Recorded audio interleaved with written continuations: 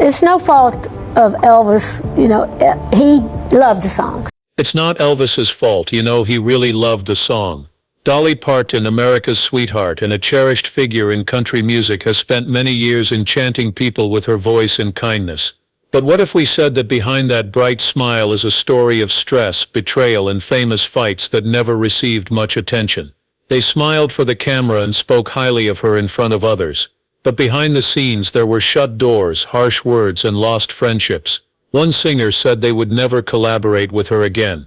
Another person attempted to take her most popular song. Although she tried to keep it a secret, we finally know the 5 singers Dolly didn't like working with. But what actually took place behind the scenes? Why do some of those old wounds still hurt today? Once you learn the truth, you won't view Dolly Parton the same way anymore. Dolly Parton's path to success. You might recognize her by her big hair, flashy outfits and a voice that could make angels cry. But behind the scenes, Dolly Parton has a story that's more surprising than you might expect. Her journey from a very poor background to becoming a music star is remarkable and filled with a lot of drama which many people are unaware of. Although she is called the Queen of Kindness, there are a few people in the industry with whom she has had some strong disagreements. To understand who Dolly had conflicts with, you need to know her better and why she usually stays away from drama. Dolly Rebecca Parton was born on January 19, 1946 in a small one-room cabin in Locust Ridge, Tennessee. She grew up in a caring but struggling family with 12 children living together in a basic mountain house. Her father, Lee Parton, was a dedicated farmer and construction worker who was unable to read or write. Dolly says he was the smartest person she ever met. Dolly's mother, A.V. Lee, had 12 children by the time she was 35, and she clearly shared her strong love for storytelling, music and God with Dolly. But music wasn't just a hobby for Dolly. Era sobrevivencia. The Partons couldn't afford entertainment, so the kids learned to sing in church and make music together on the porch. Dolly's family recognized her singing talent early, and by the age of 10 she was performing on local radio and TV shows in Knoxville. Soon she started performing at the Grand Ole Opry. The day after she finished high school in 1964, she packed a bag and left for Nashville with no money or contacts. Just natural talent and dreams larger than the Smoky Mountains she left behind. She began by writing songs for other people. Pero ella no solo quería ser compositora. She wanted attention and she received it. Her first country hit was Dumb Blonde, which she released in 1967. A smart little song that basically showed everyone she was more than just a pretty face, but a clever one. But how did she go from being new in Nashville to becoming a global icon? It all started when she joined the Porter Wagoner Show in 1967, and everything shifted. Millions watched her on TV each week. Her duets with Porter quickly became popular. People enjoyed their chemistry, their harmony, and Dolly's charming personality. By the early 70s she started her solo career and no one could stop her. Jolene arrived in 1973 and became a symbol. Then came Will Always Love You, which became a worldwide hit. Just to clarify, Whitney Houston's version came out later and made it one of the biggest songs ever. Pero Dolly todavía tiene los derechos. She earned millions from that one song and never boasts about it. By the 1980s, Dolly was famous everywhere. In films, songs, merchandise, you name it. She acted in 9 to 5 with Jane Fonda and Lily Tomlin, showing she was not only a singer but also a talented actress. Then came Dollywood, her own theme park, which opened in 1986 in Pigeon Forge, Tennessee. While other stars were buying yachts, Dolly created a family amusement park in her hometown to help the local economy. But don't be fooled by her kindness, because Dolly is one of the smartest businesswomen in showbiz. She's written thousands of songs, won many Grammys and Lifetime Achievement Awards, and has been added to the Rock and Roll Hall of Fame. That's impressive for a girl who grew up without running water. Pero eso no es todo. Ella también ha regalado millones de libros a través de su biblioteca de imaginación. A project that ensures children can get books regardless of their location. Over the years, Dolly has created an image of being kind, modest and above the drama. But even a Southern angel has her boundaries. Over the years, some names have appeared repeatedly. People she disagreed with. People who didn't think highly of her. People who believed they could control her or take credit for her success. And of course Dolly remembers. She might look happy on the outside, but behind the scenes there have been conflicts, stress and painful emotions that she can't forget. One of the first and maybe most complicated relationships was with a man who helped start her career but then tried to control it. You won't believe how this professional collaboration became one of the messiest breakups in country music. Dolly Parton y Porter Wagoner. Before Dolly became a worldwide icon, Porter Wagoner was already a big name in country music. He gained recognition with his charm and a voice that could touch anyone's heart. He wasn't just a singer, he was a true entertainer. By the 1960s he had his own TV show called The Porter Wagoner Show, which was one of the most popular country music shows in America. He had a bright and eye-catching stage presence, but secretly he was smart, focused on business and very traditional. He understood what people liked to buy, and he noticed something unique about Dolly Parton. When Dolly Parton became part of Porter's show, taking over from the previous female singer Norma Jean, many fans who loved Norma were not happy with the change at first. The crowd booed Dolly while she was on stage. Some even sent her angry letters. But Porter was determined to keep her. "You Dolly?" She remained polite, calm and focused because she wanted to show something. It didn't take long for the two to become a popular pair. Their harmonies were amazing and their connection was exceptional. They scored more than a dozen top 10 hits together. In songs and on camera they seemed like the ideal team. But underneath the smiles there was growing tension. Here's the situation. Porter Wagoner wanted more than just to sing with Dolly. He allegedly wanted to take charge of her career. He handled her public appearances, chose the songs they would record and made most business decisions. But Dolly was not only a singer with a nice appearance. She was a songwriter, a thinker, and a woman with her own ideas. She had big dreams that went beyond making duet records and appearing on TV shows. She went along with it for years. But as she got more famous, she wanted to be independent even more. Soon she became frustrated and started writing songs that didn't match the style of Porter and Dolly. She wanted to express herself freely and, more importantly, have control over her own voice. She later admitted that Porter struggled to see her as his equal. At first he provided her with a platform. "Pero años después, esa misma plataforma se había convertido en una jaula. Aun así no se fue de inmediato." She knew she owed him a great deal. By 1973 the tension had become too much to handle. In 1974 she departed from the Porter Wagoner Show. To the public it seemed friendly. But in private that was only the start. 5 years after she left, Porter returned ready to fight with lawyers. In 1979 he took Dolly to court for $3 million, saying she had violated their contract. He claimed she owed him money for management fees, expenses from the show and a share of her earnings since she left the show. Dolly was shocked. She had always viewed Porter as a mentor, even though they didn't separate on good terms. This lawsuit felt like a betrayal. Then for some time things got bad. There were public comments, news reports and talks in the industry, but Dolly didn't speak badly about him. Instead she quietly resolved the case outside of court. She later mentioned that she did not want to fight, she just wanted to be free. The whole situation affected Dolly emotionally. Porter was important to her and he was there from the start. They had made history together, but he couldn't give her up without a struggle. In an interview she once said it was much deeper than that, which showed a side of Porter that Dolly had never noticed before. This supposedly hurt her a lot. But the positive thing is that, as always, time changes things. By the late 1980s, after years of fighting, Porter and Dolly had begun to communicate again. In 2002, Dolly surprised many people by doing something unexpected. She welcomed Porter Wagoner into the Country Music Hall of Fame. On stage she shared with the audience how important he was to her, even during their difficult moments. In 2007, when Porter was in the hospital with lung cancer, Dolly is said to have visited him. Only a few weeks later Porter died.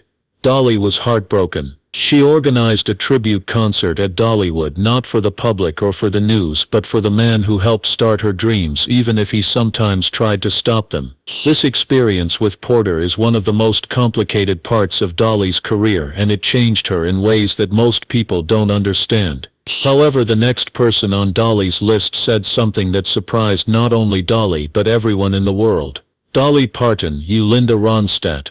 They were an amazing team, three strong women in country music, Dolly Parton, Linda Ronstadt and Emmylou Harris, who worked together to create the famous album Trio. Their voices mixed perfectly, creating songs that still give us chills. But behind the scenes it wasn't all happy times and singing, especially between Dolly and Linda. What began as a close musical friendship nearly turned into a serious conflict. In the mid-1970s, Dolly, Linda and Emmylou were already well-known stars. They respected each other's work and hoped to work together. However, due to conflicting schedules and issues with the record label, their plans were continuously postponed. Their first album, called Trio, was finally released in 1987. The album was a big hit. It went platinum, reached the top of the country charts, and won a Grammy. Although the music sounded good, the recording sessions were quite the opposite. Dolly, famous for her fast work style, liked to record songs in 1 or 2 takes. Linda, on the other hand, was a perfectionist and often took hours to make sure a single vocal was just right. Emmylou was the person in between, trying to maintain calm. Dolly once said that working with Linda felt like working with a diva who enjoys being in the studio and takes her time. She even mentioned wanting to yell at Linda many times. It got so bad that everyone could see their working styles didn't match and there were hidden tensions. In spite of the difficulties, the three of them tried to make a second album in 1994. They recorded Trio 2, but issues with the record label and scheduling problems postponed its release. Fortunately, the album was finally released in 1999, but it was too late because their relationship was already damaged. Dolly and Linda's relationship began with respect and a bit of friendly rivalry, but it definitely did not end well. Linda openly expressed her frustrations about Dolly's unreliability regarding the project. Linda once criticized Dolly in an interview, saying that she was hard to count on during the recording sessions. She said that Dolly often canceled plans or arrived late, and this made her very frustrated. She once said that Dolly was never punctual, and that she was a bit unreliable. Pero no se trataba solo de llegar tarde. Linda said that she felt Dolly didn't completely respect the process or the commitment needed to finish the project. Linda thought Dolly cared more about her solo career than the group's work, which created tension between them. The tension between the two created some strong conflict. In fact, Linda said that she did not want to work with Dolly again. Linda admitted that Dolly's unprofessionalism had ruined what should have been a happy partnership. Sure, time helps to heal some hurts. Years later, even with all the bad feelings between them, Linda and Dolly would start to make amends. But there were some awkward moments. It's obvious that both women likely still had a resentment. Although they aren't directly confrontational, they also don't try to revive their friendship. While the trio's legacy continued and fans enjoyed their historic collaboration, Linda's words lingered in Dolly's mind, making her feel uneasy. Elvis Presley. When you think of Elvis Presley, you think of the king of rock and roll, a famous figure who transformed music for all time. And then there's Dolly Parton, the country queen whose talent for writing songs has made her a legend. Despite their legendary status in music, there was a moment in history when the two musical giants nearly came together, but they didn't because of a major disagreement over one famous song. It all started with Dolly's famous song, I Will Always Love You. Dolly wrote this song in 1973, and it was very personal to her. It was about her choice to leave her longtime mentor, Porter Wagner, and start a solo career. What began as a heartfelt goodbye grew into one of the most beloved country songs ever, with Dolly putting her all into the lyrics. The song came out as a single and quickly became popular, gaining her a lot of recognition, but what she didn't know then was that Elvis Presley's team was also interested in the song. The king wanted to handle it himself, and his team was already taking steps to ensure it happened. In the mid-1970s, Elvis was very popular. He was known for taking songs from other artists and putting his own spin on them. Then he showed interest in I Will Always Love You. Dolly was naturally honored. However, there was a major issue. Elvis's manager, Colonel Tom Parker, was known for asking for crazy deals for the songs Elvis would record. And Dolly, who was just beginning to gain recognition as a songwriter, was not willing to compromise. Colonel Parker aimed to get at least 50% of the earnings from any song that Elvis recorded. And this was something Dolly couldn't agree with. No solo se trataba de dinero. It was about honoring her work. Dolly understood how important her work was, and she wasn't going to let anyone exploit it. Therefore she rejected Presley. She informed his manager, "This is the most important copyright in my entire publishing company, and I can't do that." Dolly has often said that she felt very hurt by the deal that Elvis's team offered her. Even though she respected him as an artist, this agreement seemed like a trick, meant to take advantage of her. This made her feel upset. Dolly later said that Elvis was very sad about her refusal. She said that Elvis loved the song and really wanted to record it. She felt sorry for him but realized that if she gave in it would create a pattern for other artists and managers to exploit her later on. The conflict between Dolly and Elvis was more than just a song, it was very personal. Even though she tried to be polite, the situation made things tense between them. Later Dolly admitted that she didn't believe Elvis ever truly forgave her for saying no. In interviews, Dolly has mentioned that she was very sad about what happened afterward, especially because she had a lot of respect for Elvis as an artist. She even mentioned that Elvis was very sensitive, and although he didn't react aggressively, there was a clear change in their relationship afterward. In the end, Dolly's choice to keep "I Will Always Love You" turned out to be the best decision for her career. In the end, Whitney Houston sang the song and made it one of the most popular songs ever. Houston's version of the song introduced it to a new generation and earned Dolly millions in royalties. Even with the tension with Elvis, Dolly never wished she had made a different choice. She has stated that she felt good about defending herself, even if it meant opposing one of the biggest stars of her time. This isn't the only instance when Dolly has defended herself during stressful situations. Howard Stern, for someone as kind, modest and trouble-free as Dolly Parton, it takes a lot to upset her. But in 2008, one man drove her to her limits. That man was Howard Stern, known for his bold and straightforward way of living. Howard Stern is familiar with drama and is recognized as one of the most controversial and influential radio hosts ever. His show, The Howard Stern Show, became very popular in the 80s and 90s. Stern created his empire by saying what many people would be afraid to say. His fans saw him as brave. His critics thought he was rude and sometimes insulting. In 2008, Dolly Parton was involved in a very controversial scandal with Stern. In one of his most talked about segments, his team put together clips from Dolly's audiobook My Life and Other Unfinished Business to create a fake interview. They used real recordings of Dolly's voice and put together words and phrases to make it sound like she was saying some very offensive, racist and horrible things. The segment suggested that Dolly insulted other artists such as Kenny Rogers and Linda Ronstadt and also made disrespectful comments about her own body and personal life. It was meant to be funny, but it isn't at all. Instead, it was unkind, lacking in flavor, and very insulting. Stern's crew aired it and laughed because for them it was simply another surprise segment. But for Dolly and her millions of fans, it was a complete attack on her character. Dolly usually doesn't get angry quickly, but this time it was different. She made a rare and heartfelt public statement saying, "I have never been so shocked, hurt and humiliated in all my life. I can't believe what Howard Stern has done to me. In a blue million years I would never say such rude things." She called Stern's actions very nasty and suggested she might take legal action against him. That was very significant because Dolly rarely talks about going to court. She said that if a lawsuit ever happens, it will be about this. "I just want you to know that I am very upset about this." Fans were very angry. Country music stations, longtime fans of Dolly, and even casual listeners filled forums and comment sections to defend her.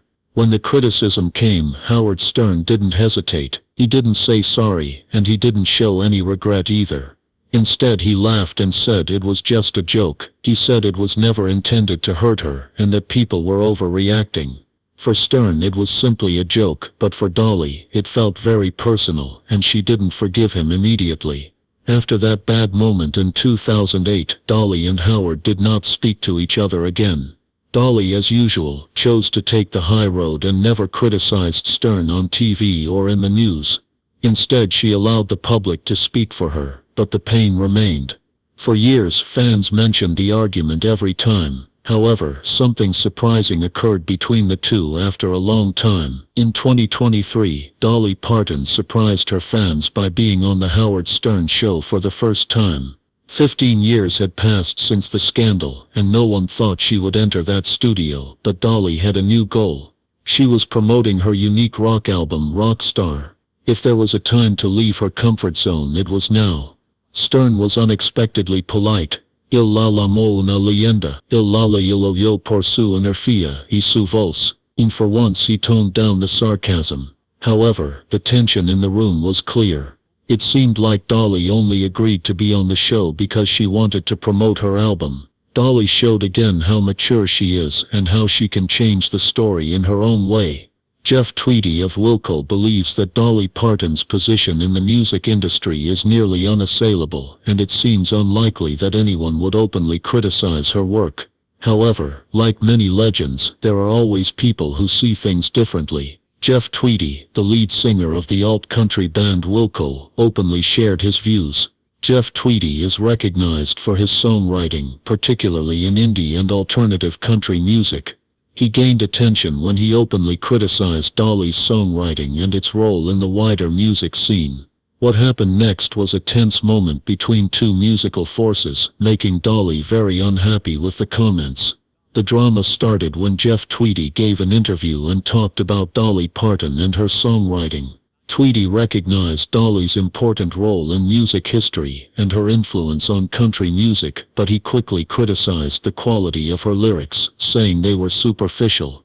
He clearly stated that he did not consider her songwriting to be as deep or important as that of other artists in the music industry. According to Tweedy, Dolly's songs focused more on catchy melodies and less on deep, complex lyrics. In a revealing interview, Tweedy compared Dolly to other songwriters who he believed offered more depth in their music. He said that although Dolly's songs might be popular, they didn't have the depth he thought was important for great songwriting. He even suggested that Dolly's success was more about her image and less about the quality of her music. When asked if he disliked Parton, he said, "No, I love Dolly Parton. The only thing I know is that she wrote Jolene and I Will Always Love You on the same day. I believe she should have stopped after Jolene." Tweedy's remarks weren't really harsh, but they were certainly critical, especially from someone recognized for his very personal and sometimes abstract lyrics. He appeared to ignore Dolly's way of writing songs, making her long and successful career seem less important than it actually is. Some reports later said that Dolly knew about Tweedy's comments and didn't like the criticism. Dolly has always taken pride in her work as a songwriter. Many of her songs are very personal and reflect her own life and experiences. Hearing someone, especially another musician, disrespect that work must have hurt a little. What's even more interesting is that Dolly has always been honest about her challenges as a songwriter and that she writes with deep feelings. In interviews, she often talks about how personal her lyrics are and how they show her life and experiences. This makes Tweedy's criticism seem almost important to her mission. She has enough experience to understand that no matter what critics say, her songs connect with millions of people, and that's what truly counts. In the end, Dolly Parton's legacy as a songwriter is clear. No importa si Jeff Tweedy o cualquier otro crítico aprecia su trabajo, su música ha tocado a millones. Her songs have been performed by major artists, crossing different music styles and appealing to various age groups. Her impact as a songwriter is a key part of American music history. Dolly Parton's path in music has been truly unique.